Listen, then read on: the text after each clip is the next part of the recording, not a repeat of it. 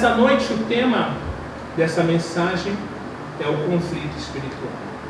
Eu ouvi aqui na palavra que o André trouxe na reunião de oração acerca dos conflitos que todos nós passamos quando esperamos da parte do Senhor uma resposta positiva, e muitas das vezes a resposta ela vem de forma negativa, ou quando nós não esperamos nada e o Senhor vem e nos surpreende. E isso é incrível.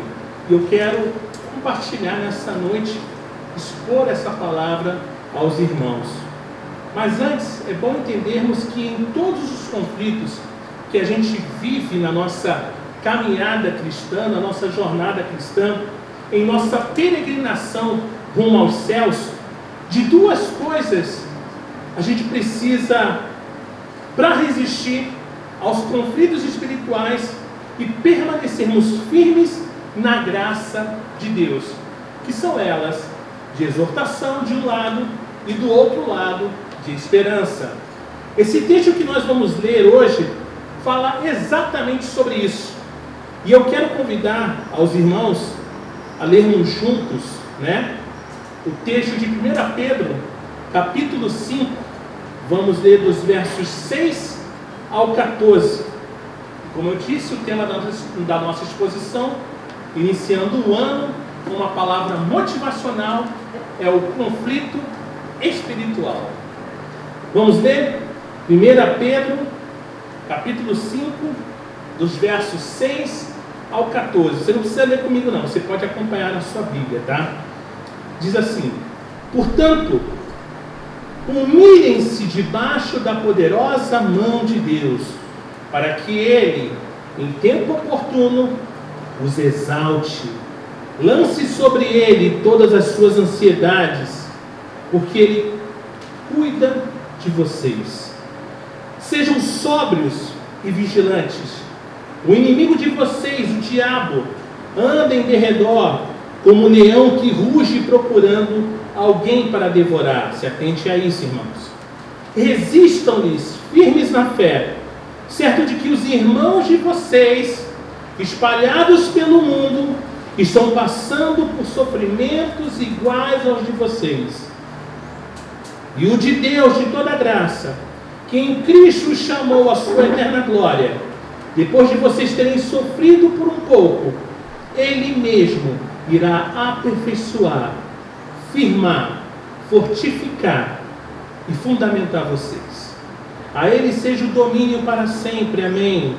Por meio de Silvano, que considero um irmão fiel, escrevo para vocês de forma resumida, exortando e testemunhando que esta é a genuína graça de Deus.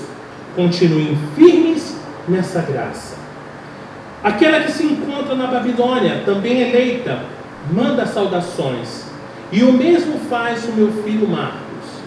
Saúdem uns aos outros com um beijo fraterno. Paz a todos vocês que estão em Cristo. Oremos. Pai querido, fale ao nosso coração através da Tua palavra, e que a gente possa encontrar hoje o consolo, a exortação e a esperança que precisamos para vencer os conflitos espirituais aos quais estamos submetidos. Nos dê Tua graça mais uma vez de ouvirmos com o coração e transformar o que hoje ouvirmos da Tua palavra em uma vivência diária, uma vivência que reflete a nossa confiança em Teus ensinos. Assim oramos em nome de Jesus. Amém. Nessa exposição, irmãos, a gente encontra aqui pelo menos duas coisas que precisamos para superar o conflito espiritual. Para cada uma delas, dois elementos constitutivos. Por exemplo, para a exortação, nós vamos encontrar Pedro nos convidando à humilhação e resistência. E isso está nos versos 6 a 9 que acabamos de ler. E para a esperança, que é a segunda coisa que a gente precisa para resistir aos conflitos espirituais, precisamos de promessa e encorajamento. Isso vai dos versos 10 ao 14.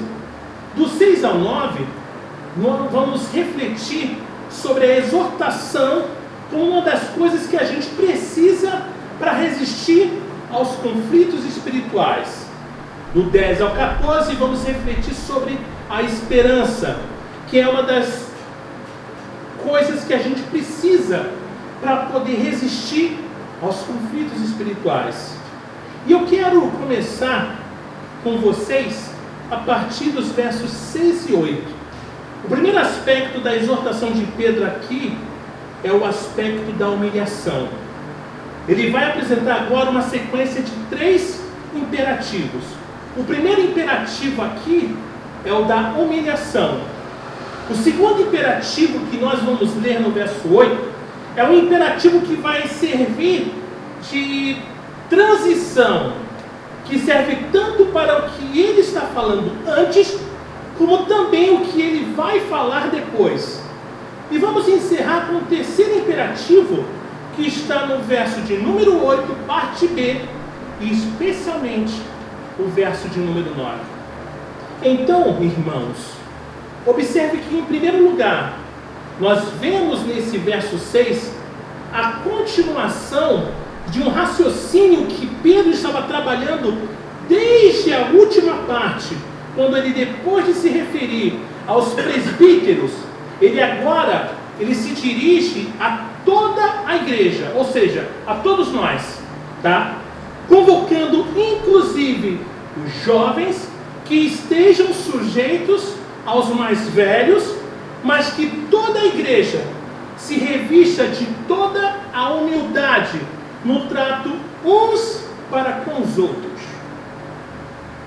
Ele então convida a igreja para que possa viver uma humildade no trato uns com os outros, porque existe um princípio, existe uma lei que se repete por Pedro aqui, que está presente lá em Provérbios capítulo 3, verso 34, que diz que Deus resiste aos soberbos, mas dá graça aos humildes.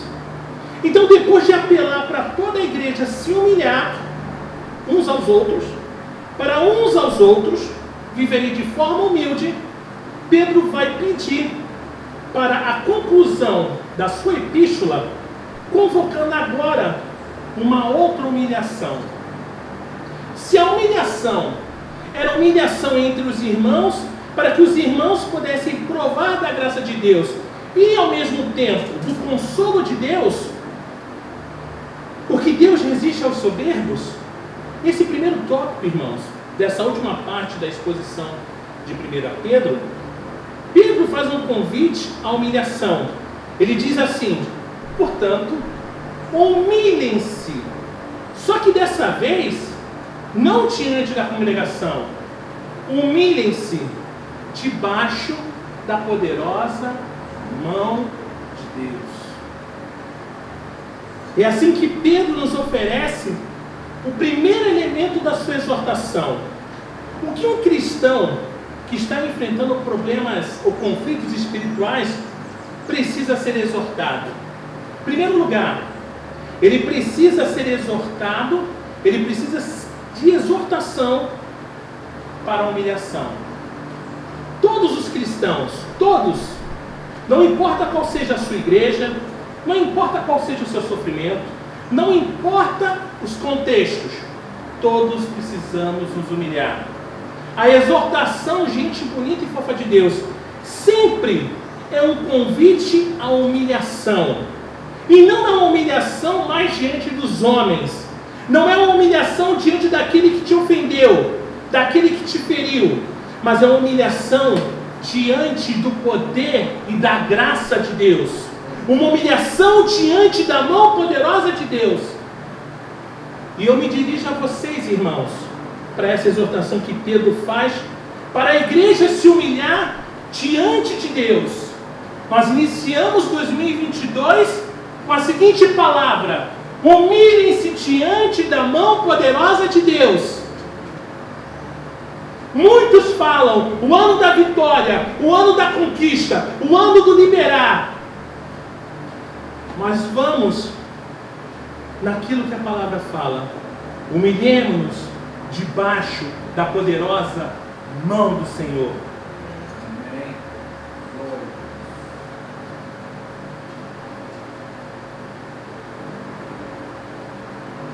Essa humilhação, irmãos, convoca a igreja não só a se submeter à mão poderosa de Deus, mas também a tomar consciência de que ao se submeter de forma humilhada à poderosa mão de Deus, ela está reproduzindo o exemplo de Cristo. E Pedro, mais do que ninguém, sabe que Cristo é o exemplo dessa humilhação.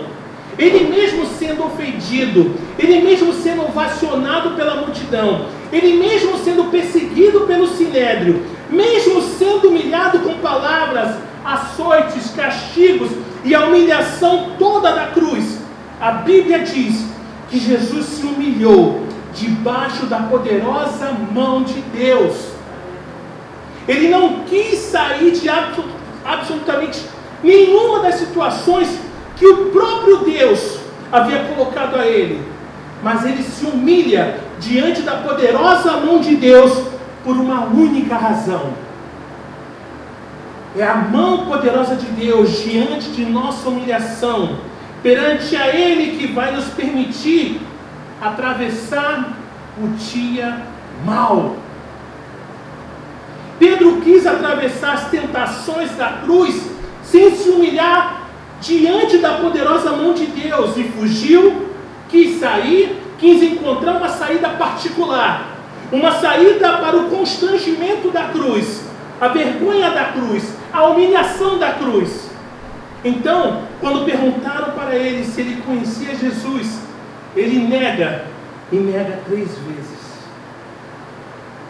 Nós podemos fugir da humilhação porque acreditamos que se fugirmos da humilhação, vamos salvar a nossa pele, vamos nos